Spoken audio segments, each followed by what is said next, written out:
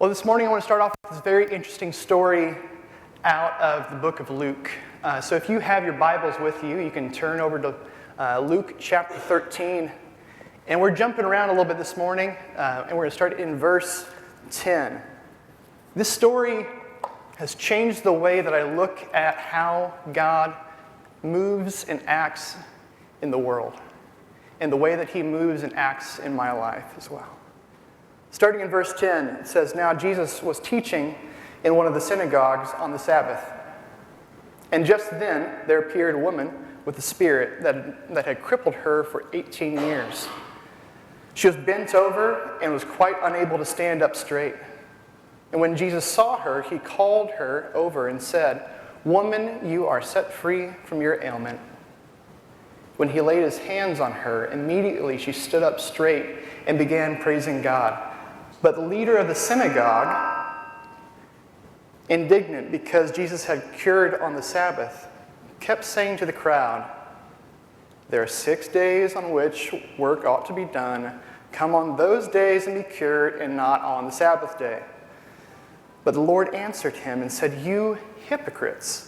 Does not each of you on the Sabbath untie his ox or his donkey from the manger and lead it away to give it water? And ought not this woman, a daughter of Abraham, whom Satan bound for 18 long years, be set free from this bondage on the Sabbath day?' And when he said this, all his opponents were put to shame, and the entire crowd was rejoicing at the wonderful things that he was doing." Now, at first glance, you see this story, and there seems to be a moral that's being taught here, something about this guy isn't getting it exactly. And somehow Jesus walks in and sees this woman who is legitimately suffering. I mean, she's just bent over. Is your grandma like my grandma sometimes, where it's hard for her to even sit up straight? And for 18 long years, she's been walking around like this. And then suddenly she comes into eyesight, and Jesus sees her, calls out to her, and says, "Woman, you're healed." Lays his hands on her, and she stands up straight and just starts bouncing around the room, praising God. This is a big deal kind of story. It's not the kind of thing that you would see on an everyday occurrence. And it seems like the people in the synagogue will be excited to have that kind of thing happen in their place. I mean, if that happened here, wouldn't you be excited to see that kind of like miraculous work of God? I mean, that's like Old Testament stuff. It's crazy. You don't see that every day. But there's more that's going on in this story. And we see that in the way that Luke orders his gospel. He does this throughout his entire gospel. He will kind of bookend, he'll frame in these stories. And on one end, there's a short little story. And on the other end, there's another short little story. And those two bookends change the way that you look at what is happening here. Sometimes those stories will re-narrate what just happened, or it will change the way that you're supposed to read that passage. And on either side of this story, there are two parables. Each parable is about a tree. So let's look at the first tree. The first tree in verse 6 out of Luke 13 says that he told this parable. A man had a fig tree planted in his vineyard, and he came looking for fruit on it and found none. And so he said to the gardener, "See here, for 3 years I've come looking for fruit on this fig tree, and still I find none. Cut it down. Why should it be wasting the soil?" And the gardener pleaded back, and he replied, "Sir, let it alone for 1 more year until I dig around it.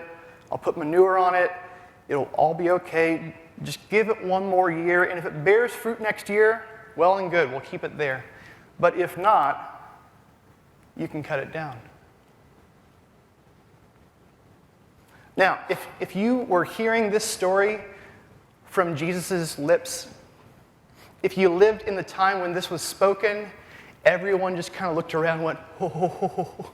Like, this is a big deal kind of story. This is the kind of thing that would get you into trouble for saying. Is the symbolism lost on us? You aren't reacting the way that you're supposed to react in this passage. And it's because somewhere along the way, in the 2,000-ish years since this gospel was written, we have lost all sense of the symbolism that's at play in this passage. Some symbols are so meaningful that people will fight to defend them. Am I right? There's some symbols that are so near and dear, so close to what they actually represent, that people start defending them as if they are the real thing themselves.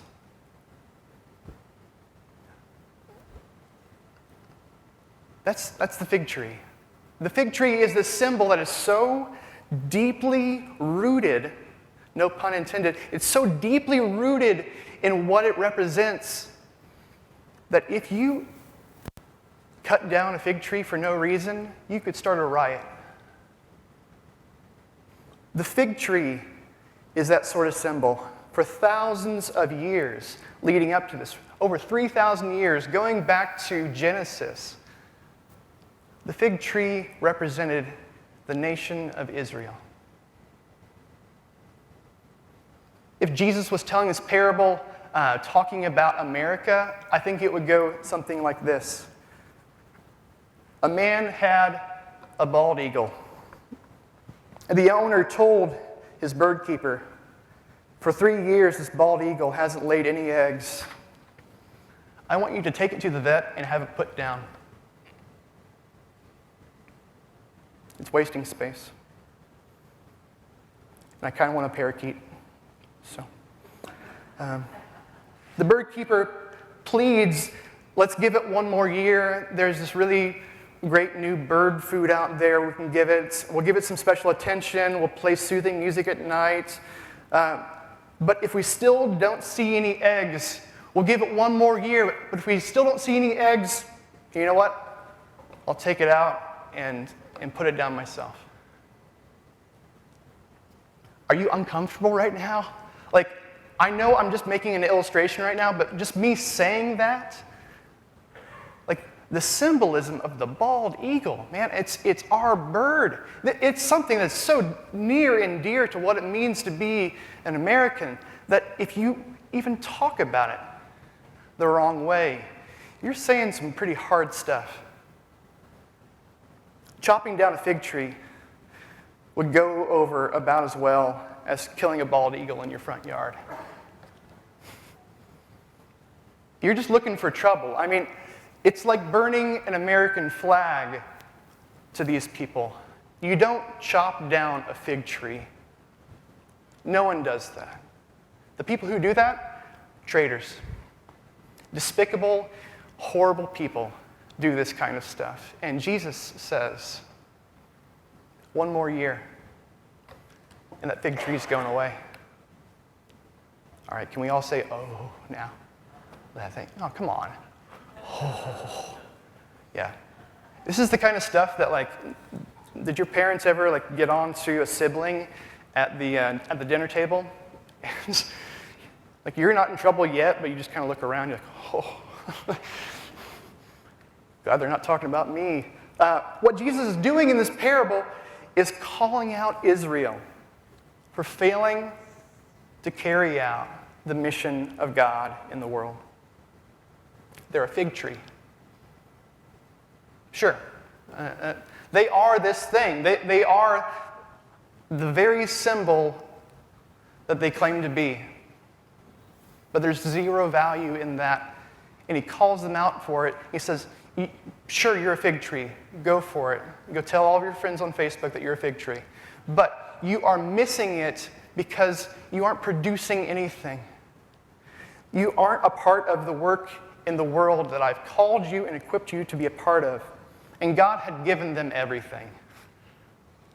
There's no obstacle in their way that God hadn't made a way for them to get through. The bondage of slavery along the way, lands and all these things that he was going to give to them as this inheritance, that nations that were so much bigger and so much stronger already had. And God said, just be obedient to me and I will give those things to you. He gave them the law, and I know that we talk about the law sometimes as this really nasty, horrible thing, like, oh man, they were just following after the law. Do we forget that God gave that to them? God wasn't like pranking them. He's like, I'm going to go ahead and give you this law, but you're really not supposed to follow it though. Like, it was supposed to be a good thing. It was supposed to be this thing that would lead them and guide them and give them good rules to follow to live in the rightly ordered world that God had set out for them to live in. They were perfectly equipped for obedience. They were perfectly equipped to produce figs, but they weren't. As we look back at the scene in the synagogue that Jesus is speaking in, isn't this what we see? Branch of a fig tree that's just waving in the wind, completely bare. Waving back and forth. Hey guys, you're not following the rules. There's 6 days that you can come over here and be healed, but today you're really not supposed to do this. God doesn't like when you break Sabbath. And it's as if the mission of God is being carried out in front of him, in front of his very eyes, and he is missing it. He's a fig tree with no figs. It's the nation of Israel failing and stubbornly refusing to be a part of the very thing that they're so confident that they're a part of in the first place. Congratulations, Israel. You played yourself. The scene comes to a close, and everyone is celebrating what Jesus just did. They're just hooping and hollering, and this lady who's been like over here like this is out there with them. There's just a mosh pit by the altar. It's awesome, and they're having a great time. And Jesus closes this scene with another parable, with another story about a tree. He said, therefore, what is the kingdom of God like? And to what should I compare it? It is like a mustard seed that someone took and sowed in the garden. Okay, we have to stop right there again. Let's do this again. Do you know what a mustard plant symbolized? Nothing. It had zero significance whatsoever. The mustard plant meant nothing whatsoever. It wasn't the symbol of another nation. It wasn't the symbol of something else. It was nothing. Zero significance. It didn't have any deeper meaning. If the fig tree was a bald eagle, the mustard seed was a pigeon. The mustard seed was a starling. I'm going to have to apologize to my grandma for talking about her so much this morning, but my grandma would sit back on the back porch of our house in Kentucky, and one year she had complained so much about all the starlings in the backyard that we bought her a BB gun. And she would sit back there in the mornings with her coffee in her nightgown with the BB gun, sipping on her coffee and nailing starlings. Starlings, house sparrows, and pigeons are the only 3 birds in this whole country that aren't protected by federal law. No one cares about a pigeon. No one cares about a mustard seed. Mustard seeds don't matter. No one is looking, what do you do with that mustard seed? No one even recognizes that you're doing it. And the funny thing is that planting a mustard seed makes about as much sense as planting a garden full of dandelion seeds. If you are a dandelion farmer, you're not a very good farmer. That's the kind of farmer that I am.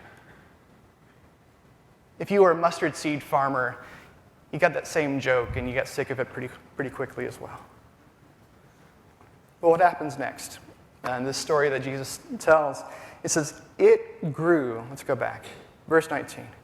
It's like a mustard seed that someone took and sowed in the garden, and it grew and became a tree. And the birds of the air made nests in its branches.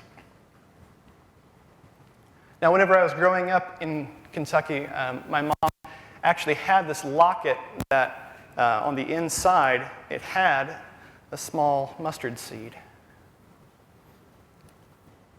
And she got it from Mardell or something like that, and it was really meaningful. And I saw it one day. I was like, I have no idea what that is. Why do you have like a seed in your locket? And she said, well, it's this parable of the mustard seed. And she said, the story goes like this. And she told me the whole thing. You plant a mustard seed, and it turns into this big tree. And then the birds of the air come and make nests in the whole tree. By the way, that means all of them. Like every bird in the sky would come and nest in this tree. I was like, wow, must be a pretty big tree. And so I always wondered, actually, no. I never wondered. I never wondered what would happen if I mustered the courage to, I'm sorry. I always wondered what would happen if I, that's embarrassing. I always wondered what would happen if I grabbed my mom's locket and if there wasn't too much lacquer on there and I could get my dad's pocket knife out and pop that seed out there and put it in our back garden behind our house. I never wondered what would happen because she already told me what happens. It becomes this giant tree, right?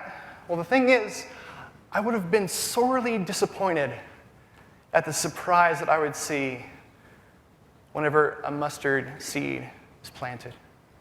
The thing about mustard seed is that when you plant a mustard seed, you get a mustard plant. It's a scrubby-looking bush. That's what it is. It's a shrubbery. It's not even a tree. If you want to Google it later on and try to prove me wrong, sure, there are some state fair quality ones that would get the blue ribbon, but this is not the kind of tree that all of the birds of the air would nest in. Mustard seeds don't turn into trees. They turn into mustard plants. This isn't just a story about Jesus saying, even great things come in small packages, or even these big, awesome things have humble beginnings. This isn't an acorn turns into an oak tree kind of story.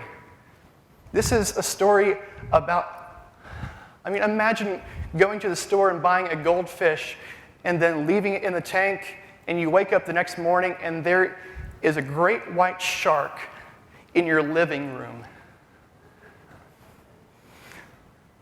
This is an absurd story. And the symbolism is not lost on the people who hear this for the first time. It is absurd what has just happened. And that's what Jesus is pointing to when he begins to describe the work of God in the world. The kingdom of heaven is like this. The funny thing about the fig tree is that it had the potential to actually produce figs. He didn't say, hey, that fig tree, it's not making pickles. No, the fig tree isn't even doing what it's actually equipped to do.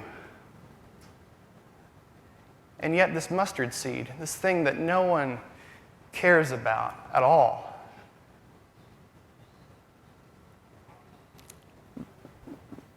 something that the gardener can't take credit for, and something that the mustard seed sure can't take credit for. It has rebelled against all biology and super exceeded its very potential and become something that it could never become on its own. This is an absurd story. The absurdity is not lost on Jesus' listeners. So what's he saying? He's saying that God is moving and active in these places that are so small and so insignificant that you'd never expect it in the first place. That he has begun this work. And by the way, he's talking about himself here as he's talking to the synagogue leader as well. He says, you don't even see what's happening here. All you see is this disobedient rabbi from this town down the road that's nothing special, coming in here and causing a fuss and healing this girl and making you look bad and stuff like that. God is moving and active in the places that we aren't even looking at because nothing good comes from a mustard seed. You want something worthwhile? I mean, plant a fig tree in your garden. It's going to do some really good stuff. Have you had a fig? I mean, fig Newtons, come on, man.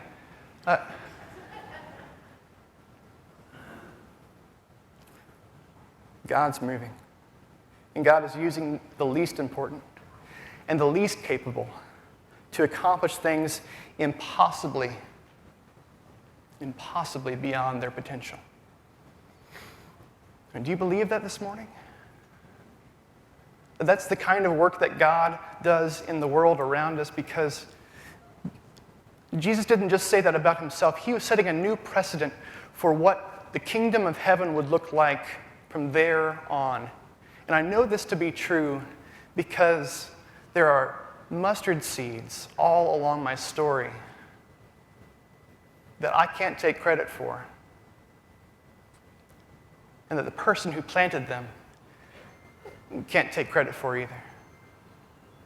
I wanted to share just a snapshot of my story with you this morning. I grew up in central Kentucky, born in Pennsylvania. I don't know why that matters, but I grew up in central Kentucky, and my parents still live in the same house where I grew up from the time I was 18 months old.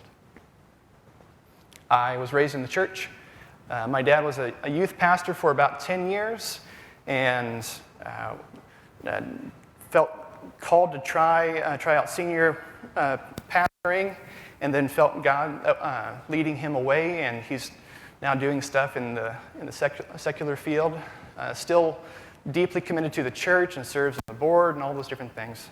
My mom was a teacher. They raised me in the church. I always hear stories about people saying, hey, this is the first time that I came to church, and I remember this one thing that really made a big impact on my life. Honestly, there aren't a lot of moments that I remember where I was outside of the church. I mean, I was like, 2, 3? My earliest memories are in the church. And so I remember one thing pretty clearly, that I kneeled down by my bed. I think I was around 5 years old. And I prayed to receive Jesus into my heart, and that I wanted to be his boy, and I wanted him to be my dad. And my mom was there with me. And I've spent the next 24 years unpacking and discovering all that means for me. Along the way, I was a part of the church. I went to youth group. I was the guy that showed up, and it was like, oh, so it's just me and the youth pastor today. This is kind of awkward. All right. I was the one who was always there. Whenever the doors were open, I was there, not because my parents forced me to, but because it's church, man. You're going to miss church? What are you talking about? I wanted to be a part of that community. I wanted to be a part of things. And somewhere along the way, I got bored with it. I was good. I mean, come on. I was the good kid. all along the way, no one would expect me to do anything wrong. No one would expect me to have anything messed up going on inside me and stuff like that. And honestly, I was pretty good. Like, they weren't really wrong. I mean, it's nothing really to brag about, whatever, but nothing was really, I was still a kid. I still talked back. I still got grounded every once in a while, but nothing deep down was going on where I was like, not God, or I don't know. What was happening was I began to see the ways that the ministry that I was a part of didn't really have a good idea about what comes next. What do you do if you're already committed to God and every message that you hear is, hey, you should really be reading your Bible more. You just got to accept Jesus into your heart. You should really be praying. I'm like, done, and done. Like, anything else? Like, well, keep it up, I guess. And I thought to myself, if this is what the rest of my life looks like, I can take a few years off. I can try all this other stuff that everyone else has been doing up to this point. And so, out of nowhere, I remember sitting around this campfire with all these guys that I would never hang out with. And they said, "What? What are you doing here?" And as they passed the pipe to me, I still remember the look on their faces as I took the first hit. I still remember the way that they, like, what is going on? Like, what just happened in the world that Eric O'Neill just smoked pot? What's going on? Along the way, before any of that had even happened, there was a man that entered into my life, and his name was Jeremy. And I don't have time today to tell you his whole story, but Jeremy was kind of like a volunteer youth guy on the district, not even at my church. But I saw him every once in a while at events like camp that I'd go to. I would see him and hang out with him, and for no real reason, he wanted to be a part of my life. He took interest in me, this boring, vanilla kid that wasn't doing anything. I wasn't in like dire need of being saved. He just cared about me. He would talk to me about video games and movies, and there's an event we do here on our district and on our region with Southern Nazarene University called Extravaganza, and it's a big competition thing with all Nazarene teenagers go out and compete in different things. And there's a version of that on most districts across the nation. In Kentucky, it was called TNT, and if you were really good at TNT in Kentucky, you could go to this regional event down in Nashville, Tennessee. And for whatever reason, I tried out for beach volleyball. And still not very good, but Jeremy was coaching that team, and he said, "Hey man, you should just come out, try out for the team, and see if you make it." So I showed up, and tryouts were like 4 other guys, and you need like a team of 6. And so it's like I immediately made the team, even though I didn't really have the skills. But he would practice with me after school. We would go down and drive down to his church about 40 minutes south of there and practice in the gymnasium. And just spending time together. Along the way, I knew that he was a Christian. I knew that he loved the Lord and that I'd heard him pray at different events. That was about it, though. But as I would go back home, I knew there was something going on there. This mustard seed was growing. It was becoming something more than it could take credit for.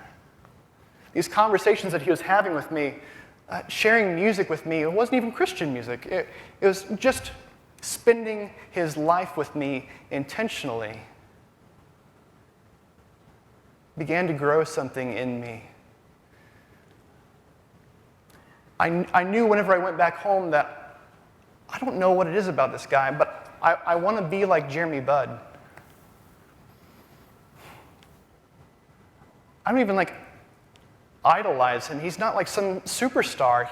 He's just a guy, but whenever I walk into a room, I just think, man, Jeremy would be the coolest guy in this room. I want to be just like Jeremy. Not because he's making fun of people, but because, man, everyone loves that guy because something about him is different. He laughs at the corniest jokes. He hangs out with the nerdiest kids.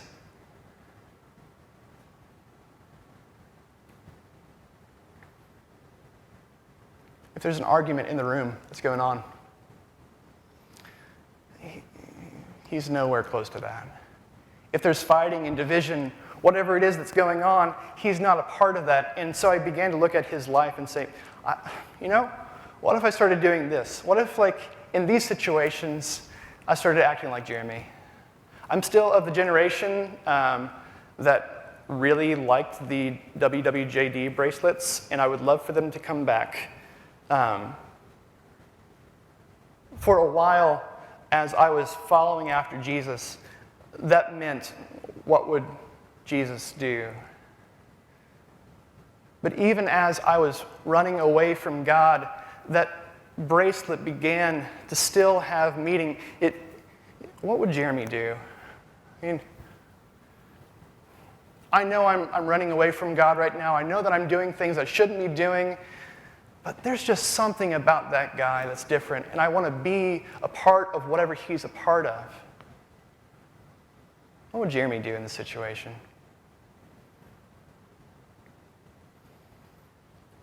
My time of running away from God came to a close, and I kind of always knew that it was going to. I confessed everything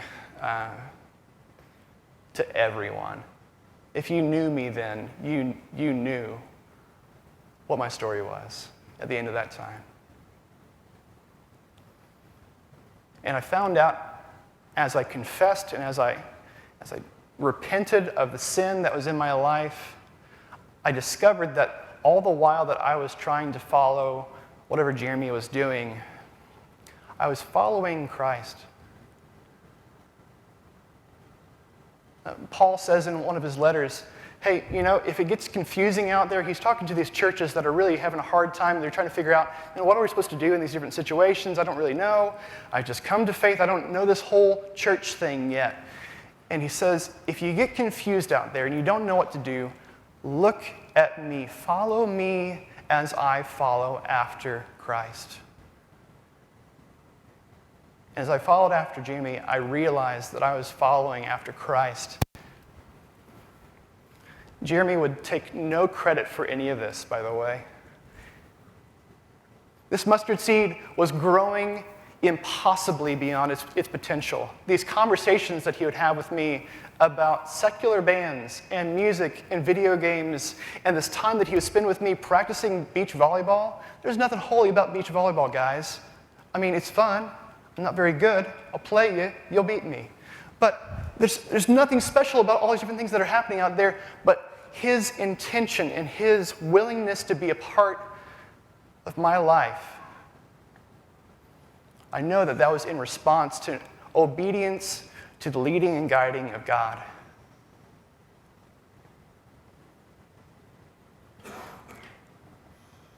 I want to be a pastor like Jeremy.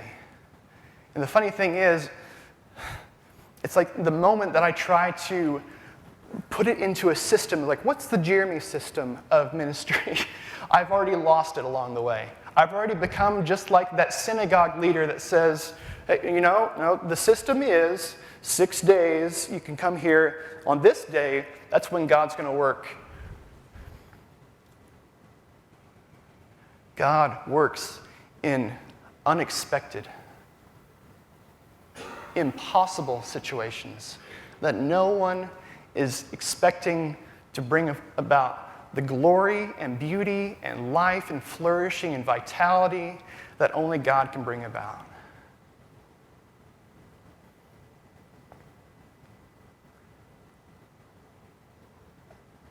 I'm talking to the Christians in the room right now. Have you ever disqualified yourself because, I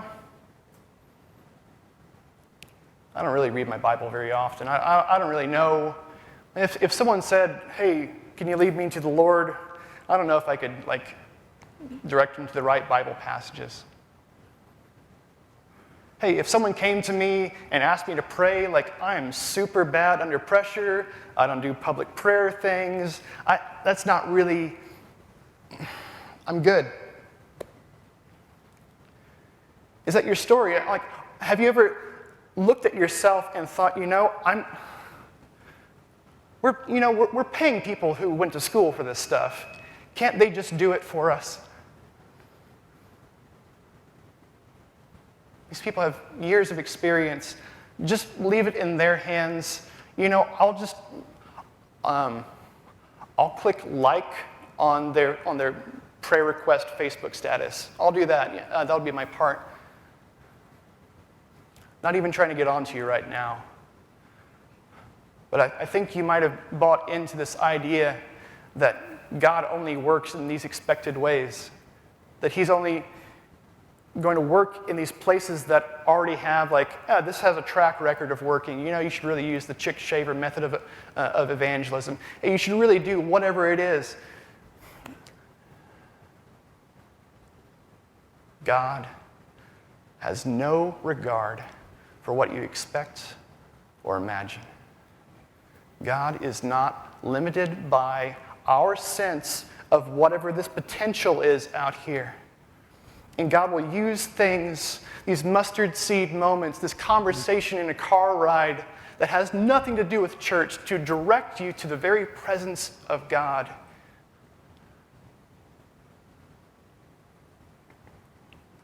Go to church. Do those things. Read your Bible. It's not going to hurt you. Odds are it's going to help.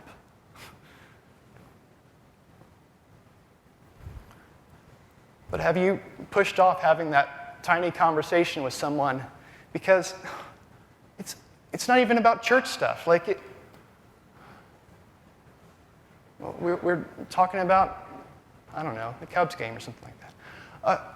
Have you pushed off having that small encounter along the way because you have already said, even if this thing rises to its potential is nothing.